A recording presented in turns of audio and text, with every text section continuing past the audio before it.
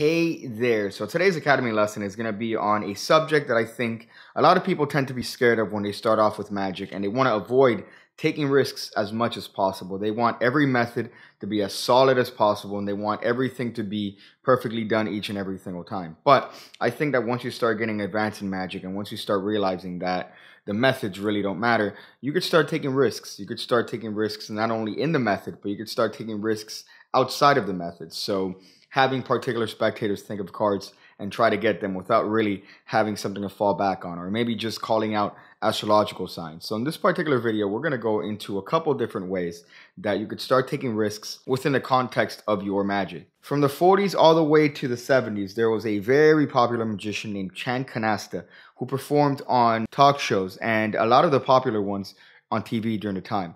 And he was particularly known for taking risks. Now, this was a time period where being on TV was a huge deal, and you would think that a magician who would have that opportunity would be as rigid as possible with his particular methods and make sure that everything goes well. But Chan Canasta would go the opposite route, and within the confines of his magic and his mentalism, he would take a lot of risks, and sometimes he would actually fail on live TV. But this only ended up adding credibility to Chan Canasta because through failure, it validated the entirety of his act. So one of the things that people tend to be afraid of, especially in mentalism, is the fact that you're going to fail. You're not going to get the word. You're not going to get the shape. You're not going to get the card. But it actually works in the opposite sense because failure provides validation. So what I mean by that is that nobody's going to think that you're going to perform in front of them and fail on purpose. So when you get something wrong, like you have somebody think of a card and you name a card and it happens to be incorrect, they're not going to think that you did that on purpose. So it's going to validate whatever else you did before in order to kind of add to this mystery of, oh, maybe there's some truth to what he's saying. Maybe there's some truth to what he's doing. One way that I like to interject this in performances when I get the chance is to just call out star signs. So when somebody's picking out a card and shuffling it back in the deck or doing whatever, I'll be talking about whatever the pattern is in regards to that particular trick, and then I'll mention Aries. Eventually what's going to happen is that the person's going to be Aries, and if they are, they're going to blow up and they're going to go, what? How'd you know that? If they aren't Aries, they're going to forget about this moment, which is a very important point when taking risks, because chances that the spectator is going to remember the failure is very minimal. So you could take risks knowing that the spectators aren't going to remember the failures as much as they are going to remember when you don't fail. When you don't fail and you actually nail it, that's when the spectator is going to remember it. That's when you become a story, and that's when the spectators are going to recount to other people, dude, there's no way. This guy told me my star sign. I had no idea. I didn't write anything down. I didn't tell anyone beforehand, but he was just able to look at me and tell me what star sign I am. That's what they're going to remember. However, if you say, you know, Pisces and they're not a Pisces, they're not going to remember that. They're going to gloss that over, especially if you do other things. So it's important to take risks and to sprinkle them in sporadically because spectators are more likely to remember times when you were correct than remember the times where you failed or where you weren't correct. One of the questions I get asked the most when I put a psychological force or something on the channel that might be a little bit risky and is prone to being incorrect is what happens when it goes wrong. And the truth of the matter is nothing. Nothing happens when it goes wrong. And that's the point. When I have a method, for example, of a one ahead routine, and one of those methods rely on that last piece being a psychological force, if it goes wrong, it goes wrong. But look at this. You got 2 items correct. You got the last one wrong. So if anything, that last one validates this one and validates this one. So if you guys notice on the channel, I put a little bit of a one ahead trick yesterday where the last force is a 1 through 50 force. It's a classic force of having the spectator name a number between 1 and 50, but both digits are odd and both digits are different. Now, more likely than not, the spectator is going to name either 35 or 37. So what if they don't name 35 or 37 and they go something like 17? Well, that's fine. You got that number wrong, but you still were able to get the animal correct, and you still were able to get the playing card that the spectator merely named correct. So at the end of the day, you have 1 wrong and 2 right, and I think the spectator is going to be more likely to remember the 2 right than they were the last wrong. So that's a risk I'm willing to take. Now, one of the things that could kind of ease you into this idea of taking risks is to have something to fall back on. So in Magic and mentalism, we have something known as an index. An index is a small little thing and a device that you have in your pocket that, for example, it has multiple outs for whatever it is that you name. So if you have a spectator name a color what you would have is a index in your pocket with red, blue, green, yellow, all the major colors. So that when the spectator names the color, you could easily reach into your pocket, take out the corresponding little billet or the little piece of paper, and that's your prediction. Therefore, you've eliminated the notion of taking risks because you have an out. But there's some validation to taking risks without an out and taking risks without a trampoline, because it seems to add more credibility to the entire thing. So think about taking risks without a fallback and taking risks without a trampoline. One super easy routine that you could try to do that, again, requires no work because all the work is in the risk. And you will fail in this little thing more often than not. However, when you do hit, you have a miracle, and I doubt you could top anything else using this particular method. Now, they sell a little bit of a gimmick deck that allows the spectator to think of any card and cut to a card in the deck, and of course, they cut to the card that they were thinking of. That requires a special gimmick deck.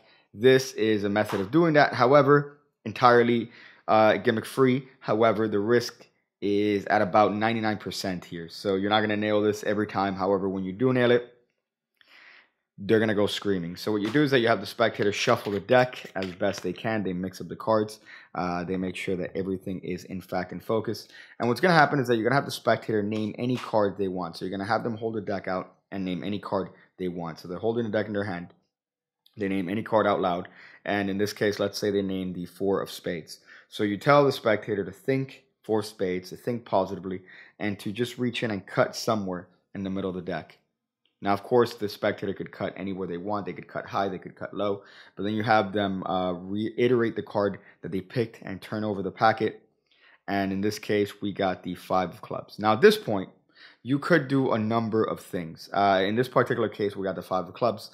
You could take this as a hit. You could take this as a hit depending on how you interpret it. So the 5 of clubs would be very, very close to the 4 of spades in color, in value. So you could say to the spectator that, oh, you were very, very close. In this case, you got a 5 of clubs. You were only off by 1. So that's something that you could play around with. Or you could take the route of turning this into a joke. So you could just say, when you see the 5 of clubs is not the 4 of spades, you can just say, oh, I'm not that good.